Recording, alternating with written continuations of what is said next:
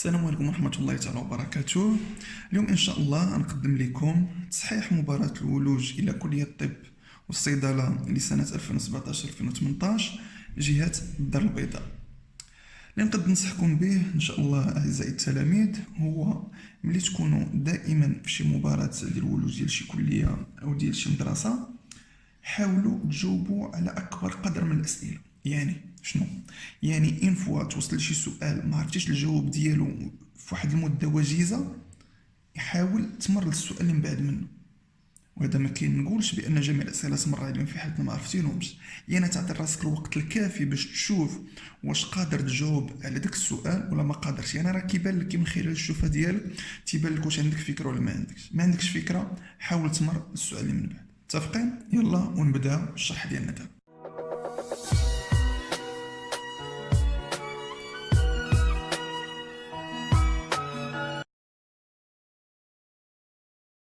يلا ونبداو على بركة الله. هنا كيف كتشوفوا عطاونا في السؤال الأول الدالة اف المعرفة في ار ب اف دو اكس ايكال موان اكس لا غاسين دو 1 موان 4 اكس كاري. وفي السؤال الأول قال لك ضع علامة تحت الخيار المناسب ل اف بريم مشتقة اف، علما أن اف تناقصية على المجال موان جذر جوج على 6 تل جذر جوج على 6.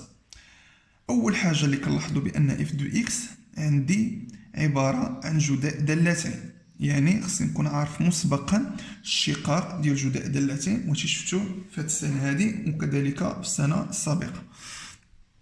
عندنا اف بريم دو اكس، يعني كيف قلت لكم شنو غتكون، اللي هي موان اكس لا غاسين دو 1 موان 4 اكس كاري. يعني عندنا البريم، يعني ندخلو دابا للشقاق، هي الشق ديال الدالة الأولى مضروبة في الدالة الثانية بلا الشقاق زائد الدالة الأولى مضروبة في الشقاق ديال الدالة الثانية. هنا اللي عندنا بعد الحساب اللي هو جد بسيط، في الأخير أتوجدوا بأن الشقاق ديالنا كيساوي شحال، اللي هي 8 إكس كاري ناقص واحد مقسومة على الجذر ديال واحد ناقص 4 إكس كاري. واضح؟ وهذه غادي تلقاوها اللي هي الاختيار الرابع اللي عندكم في هذه المباراة هذه. دابا غادي نمروا للسؤال الثاني. قال لك خصنا نعطيو الاحداثيتين ديال نقطتي المنحنى اللي هما المماثل الافقي. باش كنحدد المماثل الافقي يكفي نوضع بان المشتقه ديالي كتساوي صفر ونوجد الحلول باش نقول بان دوك الحلول هما الافاصيل ديال نقطتي او ديال المماثل الافقيين ديالي. متفقين؟ هنايا وضعت اف بريم دو اكس كتساوي صفر، هذا يعني بان البسط يساوي صفر. هنا اكس كاري كتساوي لنا 1 على 8، يعني اكس كتساوي بلوز او موان لا غاسين دو 2 سور 4. يعني هادو هما الاحداثيتين ديال المماثل الافقيين ديالي. واضح؟ دابا غادي نمروا. قال لك خصني نجاوب بنعم او بلا المقترحات التاليه. عطاوني في السؤال الاول بان الداله اف عباره عن داله زوجيه، واش هو صحيح ام خطا؟ هنايا اول حاجه كنوضع الشروط ديالي ونمشي نحسب الاف ديال ناقص اكس. عندنا الاف ديال ناقص اكس، فيما لقيت الاكس نعوضها موان اكس، وغادي نوجد في الاخير بانها كتساوي لي موان اف دو اكس. يعني الداله راه ماشي زوجيه بل الداله فرديه. غادي نقول بان الداله اف زوجيه لا. السؤال باء المنحنى السائف متماثل بالنسبه للاصل، يعني او. واش الجواب صحيح ولا خطا؟ صحيح. علاش؟ لان دائما الداله الفرديه كتكون عندي متماثله بالنسبه لاصل المعلم، والداله الزوجيه كتكون متماثله بالنسبه لمحور الاراتي. متفقين؟ دابا غادي نمروا نشوفوا السؤال الرابع ديالنا. السؤال الرابع شنو عطاونا فيه؟ قال لك خصنا نحسبوا مساحه الحيز المحصور ما بين المنحنى الداله ومحور الافاصيل، وما عطاوناش المستقيمين باش نحددوا شنو هما لي بورن ديال الانتيغرال ديالي. يعني بالضروره خصني نمشي نحدد دي دو اف باش نعرف الداله على ايش معرفه. وملي كنحدد شنو هي دي دو اف ديال الداله ديالي غادي نلقاها اللي هي ناقص 1 على 2 حتى 1 على 2. يعني لي بورن ديالي ها هما لقيتهم ديال اف دو اكس موان صفر، لان محور الافاصيل عارفين اللي هي y كتساوي صفر بوحده قياس المساحه.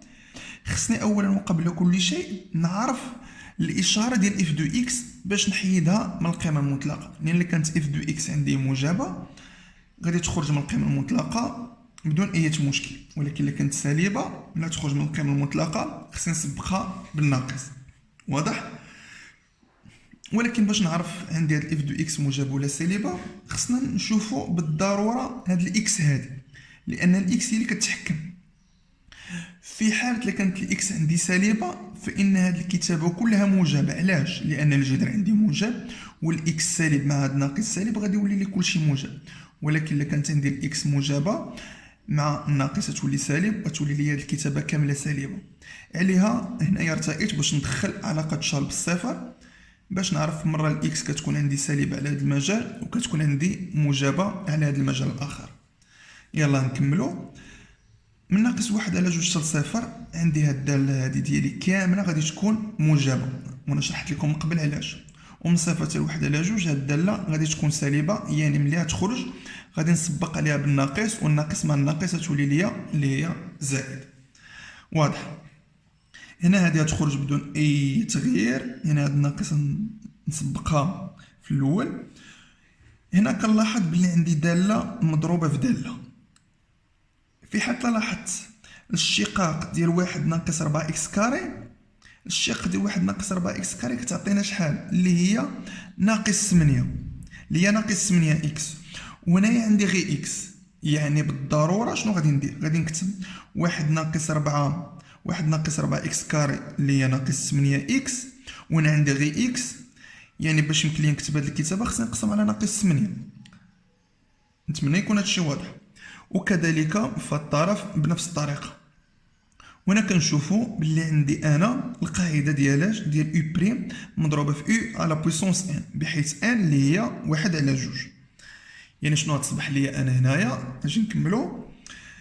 يعني المساحه غادي تكون، يعني هاد ناقص 8 الا خرجتها لبرا تولي ليا اللي هي 1 على 8. وعندي انا وعندي الاو اللي هي 1 ناقص 4 اكس كاري، شنو قلنا على بويسونس ان اللي هي 1 على 2. لزت عليها واحد ديال القاعده ديال الدوله الاصليه تولي 3 على 2 مقسومه على 3 على 2. واضح؟ وبنفس الطريقه اللي درتها هنايا هي اللي درت هنا، لان عندي نفس الدوال. ملي غادي ندير التعويض ديالي غادي نلقى هي 1 على 8 مضروبه في 2 على 3 ناقص 1 على 8 مضروبه في ناقص 2 على 3. ملي غادي نديرو الحساب ديالنا غادي نلقاوها اللي هي 1 على 6 بوحده قياس المساحه. من بعد قال لك خصنا نحسبوا ليميت في بلس لانفيني ديال الالين ديال 1 زائد 2 اكس مقسومه على اكس كاري زائد اكس. اللي نقدر نفيدكم به دائما اللي كتشوف عندك الالين وكتحسب في الزائد ما لا نهايه، يعني كتحاول توضع قدامك شنو هما القواعد اولا شنو هما الخاصيات اللي عندك في بلس لانفيني. حنا عارفين عندنا جوج ديال الخاصيات في بلس لانفيني ديال الالين، اللي هي ليميت في بلس لانفيني ديال الالين دو اكس سور اكس اللي هي صفر، وعندي ليميت في بلس لانفيني ديال الالين دو اكس اللي هي بلس لانفيني. غادي نشوف اللي غنخدم من هاد الجوج.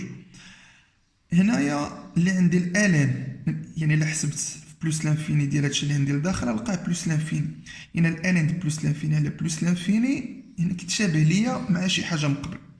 يكفي تكون عندي هنايا نفس الكتابه اللي عندي الفوق هي اللي تكون عندي لتحت باش يمكن لي نخدم القاعده ديال الالين دو اكس سور اكس. وهادشي اللي حاولت نديرو هنايا، حاولت نقسم على 1 زائد 2 اكس وضربت فيها هنايا بحال ما درت والو، وعاد نكمل الكتابه ديالي مقسوم على اكس كاري زائد اكس.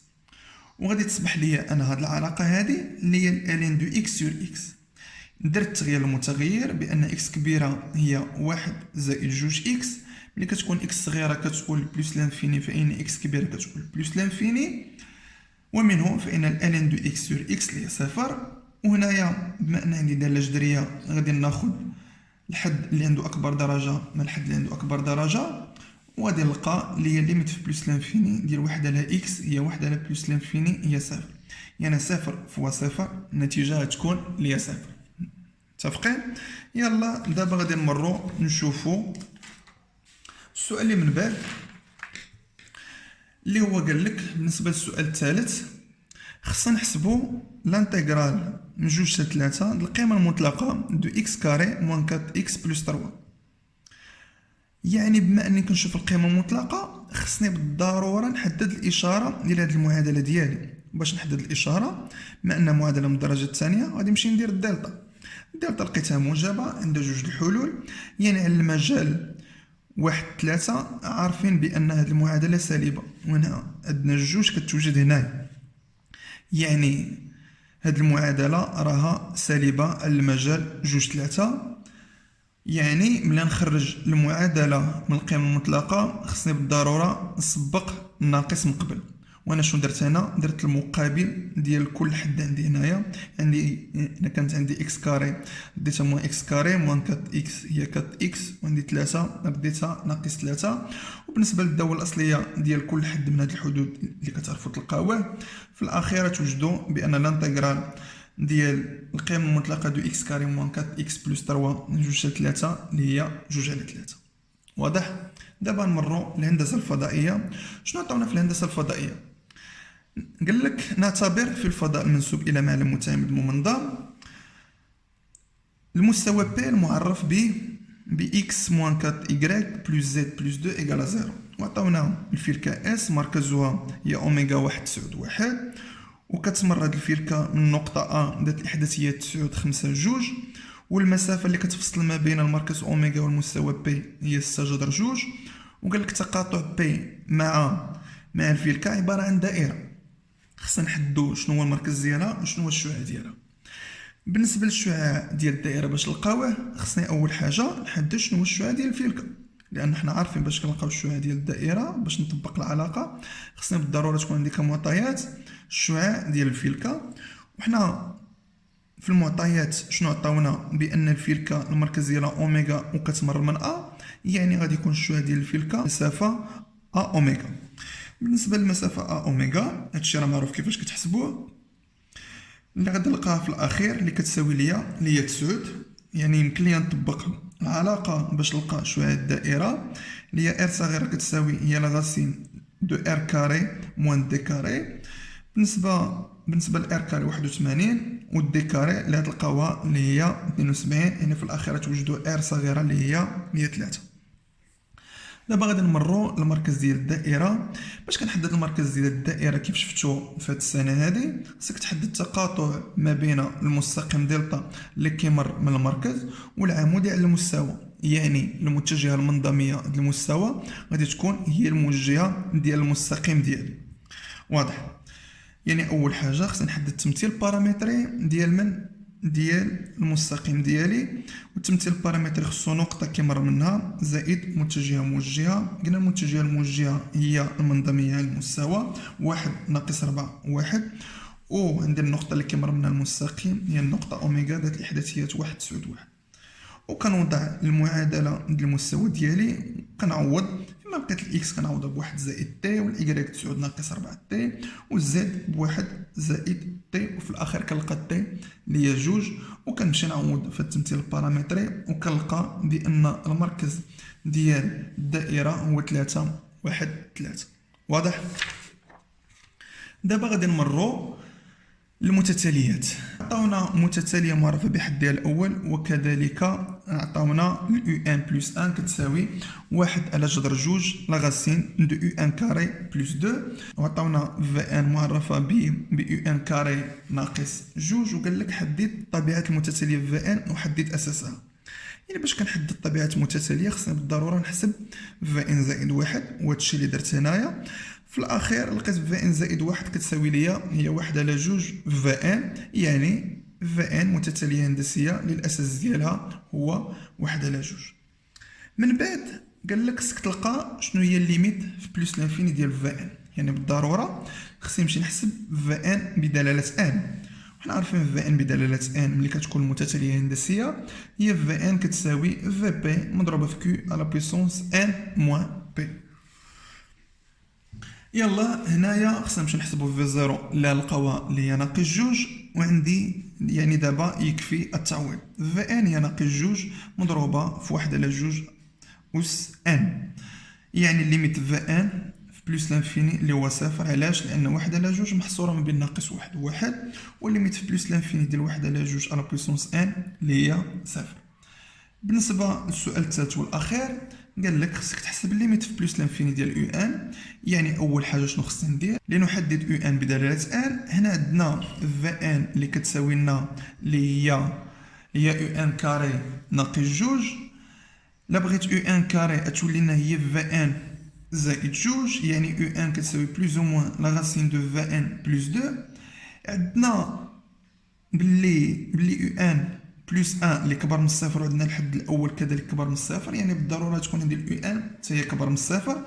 يعني الحل السالب غادي نزولو. شنو غتبقى ليا؟ يعني اليو ان هي لا راسين دو في ان بلوس 2.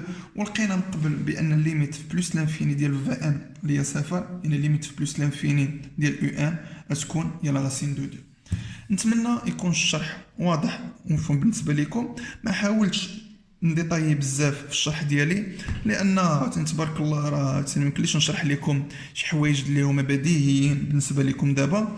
ونتمنى لكم التوفيق في المباراه ديالكم، وتنشوفوا ان شاء الله تصحيح ديال مباراه اخرى. يلا مع السلامه.